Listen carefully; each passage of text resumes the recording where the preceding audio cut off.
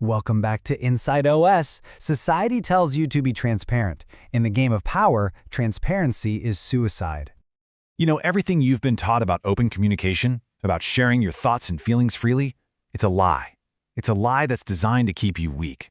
Because in the world as it actually is, not how we wish it would be, honesty is just a weapon that gets turned against you. Your words, they're vulnerabilities. Every single opinion, every plan, every little truth you offer up is just a piece of intelligence that your rivals will collect and then use to destroy you. You see, powerful people, they impress and they intimidate by saying less. The more you talk, the more likely you are to say something, well, foolish, something common. You expose your entire hand, you reveal your thought process, and you become predictable. And predictability? Well, that's the mother of contempt. Just think about it for a second. Who do you respect more? The person whose every single move you can see coming a mile away, or the one who always keeps you guessing? So your first discipline is silence, and this isn't a suggestion, it's a fundamental law of power. Law 4, always say less than necessary.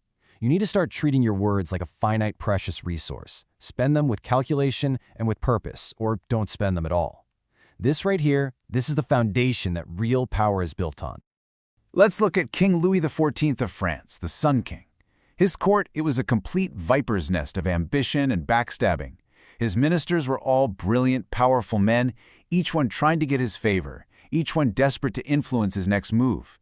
They'd come to him with these elaborate plans and passionate arguments, just begging for his approval.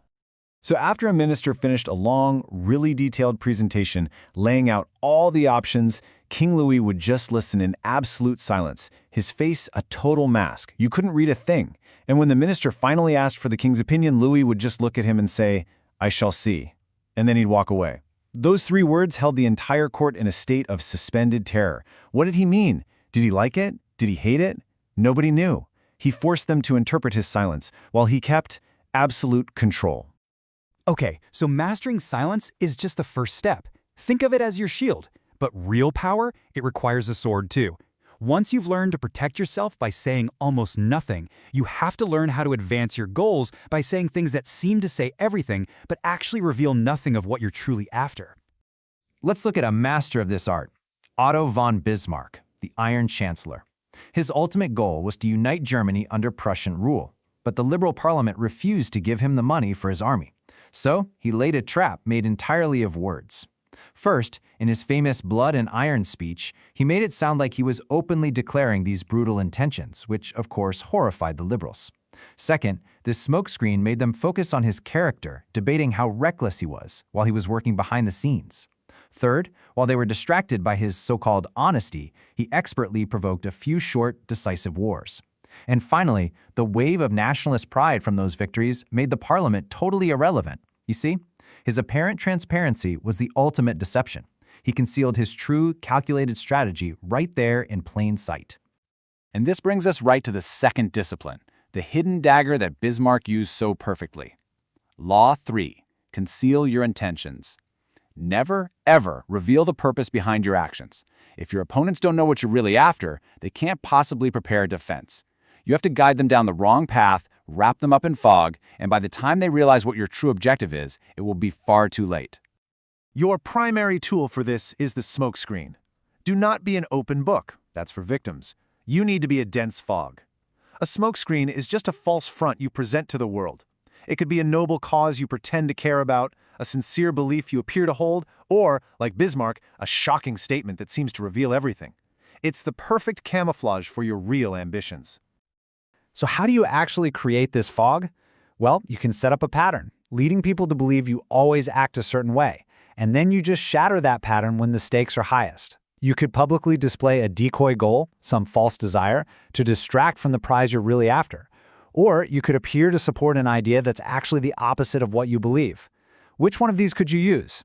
The goal here is to make your actions so misleading that any attempt to figure them out is completely useless. Once you master these 2 disciplines, calculated silence and deliberate secrecy, you're going to achieve the ultimate state of personal power, the enigmatic presence. You'll become this figure of profound intimidation and respect, not through force, but through your sheer unpredictability. The Sphinx is a myth, sure, but its power is very real, and it's powerful because it's unreadable. When people can't get a read on you, they can't anticipate your moves. So what do? They start projecting their own fears and their own insecurities right onto you. Their frantic internal monologue becomes your greatest weapon. Their confusion is your strength. Your lack of a clear expression is like a vacuum that they will rush to fill with their own paranoia, and that keeps them perpetually off balance. All right, here's your training. The next time you're in a conversation and someone asks you a direct question, don't answer right away. Just pause. Let the silence hang in the air for a second longer than is comfortable. Watch what happens. Watch as the other person scrambles to fill it. They will reveal their anxiety, their assumptions, their weaknesses. They will do all the talking, and you will just listen. And in that moment, you hold all the power. You have now been given the first instruments of power, the shield of silence to protect you from the prying questions of others, and the hidden dagger of secrecy to misdirect them as you advance your own cause. These are not just tips. They are disciplines. They require constant practice, constant control, and you forget them at your own peril. Power requires discipline, and there is a mathematical formula for discipline that guarantees you win. That is the final step.